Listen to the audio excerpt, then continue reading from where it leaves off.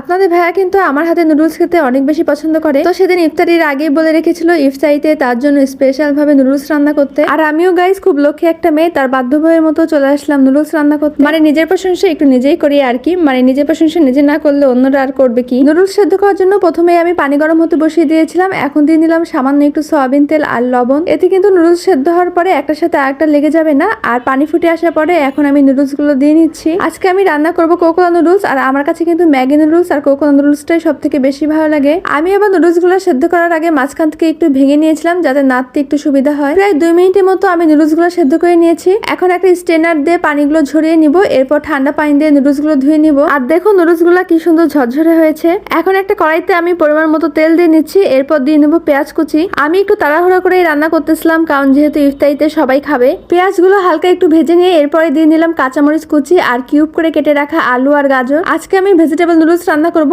আমার কাছে কিন্তু সব ধরনের ভেজিটেবল দিয়ে নুডলস রান্না করতে অনেক বেশি ভালো লাগে। আর আপনাদের ভাইয়াও কিন্তু এভাবে খেতে অনেক বেশি পছন্দ করে। আলু আর গাজর সেদ্ধ হতে যেহেতু একটু বেশি সময় লাগে তাই এগুলোই আমি আগে দিয়ে নিয়েছি। এরপর এগুলো একটু হালকা ভাজা হয়ে গেলে আমি দিয়ে নেব ক্যাপসিকাম। ক্যাপসিকাম কিন্তু আমার অনেক বেশি পছন্দের, নুডলসে ক্যাপসিকাম না দিলে আমার কাছে ভালোই লাগে না। এখন সবকিছু একসাথে খুব ভালোভাবে ভেজে নিব। আর দেখুন ক্যাপসিকাম দেওয়ার পরে সবজিগুলো দেখতে কত সুন্দর কালারফুল লাগতেছে। দেখতে সুন্দর লাগলে কিন্তু এমনিই খেতে ইচ্ছা করে। সবজিগুলো ভেজে নেওয়া হয়ে গেলে এরপরে আমি দিয়ে নিচ্ছি 2টা ডিম। আর ডিমগুলো এখন আমি খুব ভালোভাবে সবজির সাথে ভেজে নিব।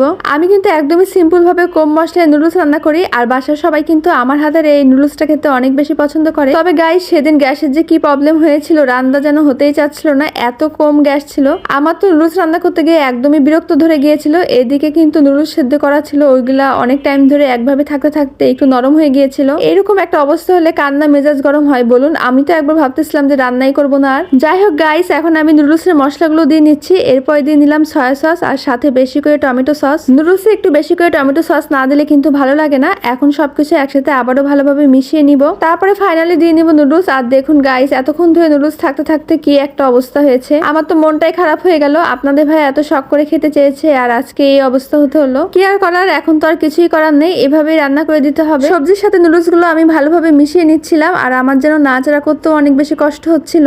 নুডলস গুলো নাড়াচাড়া করলে মনে হচ্ছিল যেন আরো বেশি আঠালো হয়ে যাচ্ছিল। তো গাইস ফাইনালি কিন্তু আমি অনেক কষ্টে নুডলস গুলো রান্না করে নিয়েছি। আর এখন একটা বাটিতে উঠিয়ে নিচ্ছি আপনাদের ভাইয়ার জন্য, তাকেই প্রথমে খেতে দিব। যদিও এই নুডলসটা তার সামনে দিতে আমার একদমই ইচ্ছা করতেছিল না, কারণ দেখতে কিন্তু একদমই ভালো হয় নাই, তবে খেতে কিন্তু দারুণ হয়েছিল। যাক, ব্যাপার না, মাঝে মাঝে কিন্তু এমন হয়, সবসময় যে রান্না ভালো হবে এমন কিন্তু না। আপনাদের কার কার সাথে এমন হয় অবশ্যই কমেন্ট করে জানাবেন। আর এই সিচুয়েশনে আপনারা কিভাবে নিজেদের মেজাজকে কন্ট্রোল করেন সেটাও কিন্তু কমেন্টে জানাবেন। তো গাইস আজকে এখানেই আপনাদের থেকে বিদায় নিয়ে নিচ্ছি। সবাই ভালো থাকবেন, সুস্থ থাকবেন এবং আমাদের জন্য দোয়া করবেন। আল্লাহ হাফেজ, আসসালামু আলাইকুম।